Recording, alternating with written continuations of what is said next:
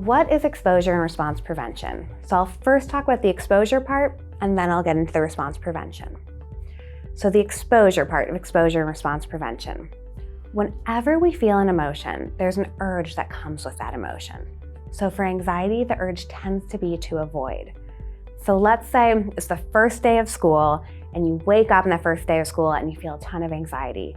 There tends to be an urge to say, I can't go to school today, I have a stomach ache, this is too much for me, to find some type of way to avoid. In the short term, avoidance works really well. So if your parent says, of course, you don't have to go to school today, immediate relief, it feels better. And what we know about avoidance is that in the long term, it makes anxiety bigger and bigger and bigger. It reinforces this idea that this is too much for me, that I can't handle it. So let's say you skip that first day of school, the next day is going to be a little bit more anxiety provoking and a little bit harder to approach.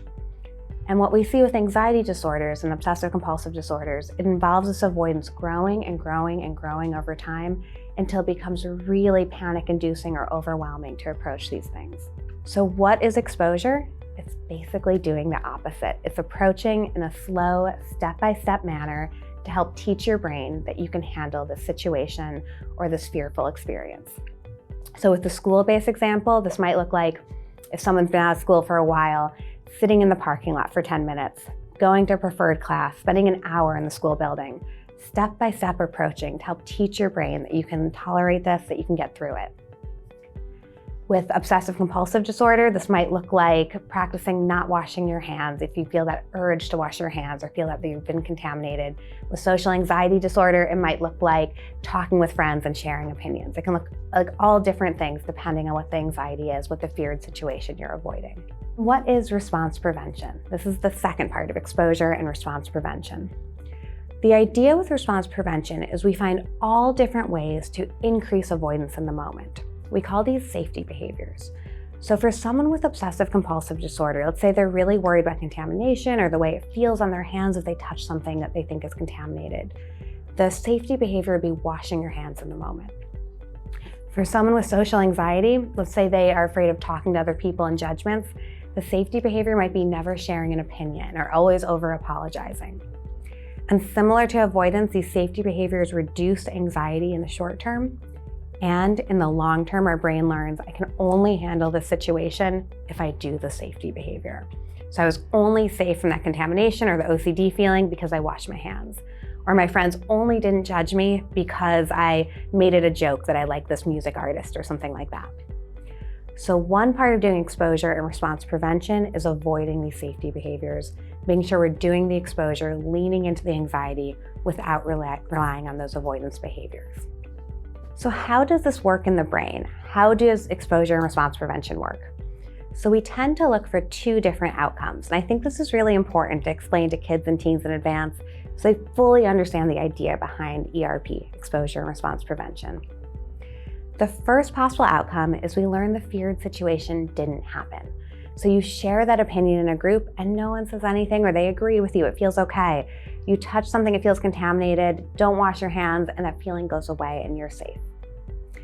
The other outcome is that the feared situation does happen and you learn you can tolerate it and still move towards your own goals.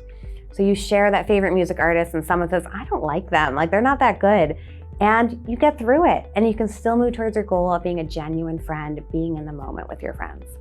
Maybe you get a cold after doing a bunch of contamination exposures and you survive the cold and you're still able to get towards leaving your house, going to school, doing the things you want to do without interfering compulsive behaviors.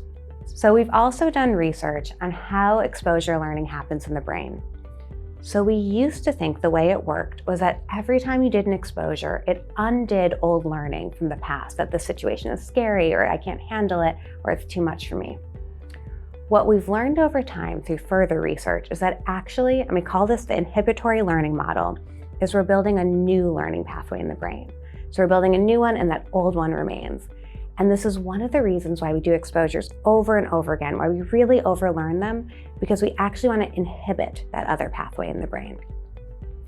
Additionally, we used to think that you had to habituate in the moment, that anxiety had to go down during an exposure in order for it to work.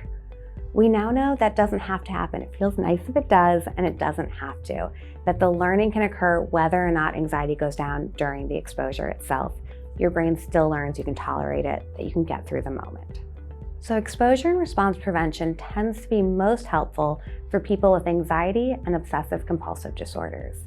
So the idea here is we're looking for people who are avoiding a lot of things in their lives because they're afraid of it or feel like they can't handle it or tolerate it.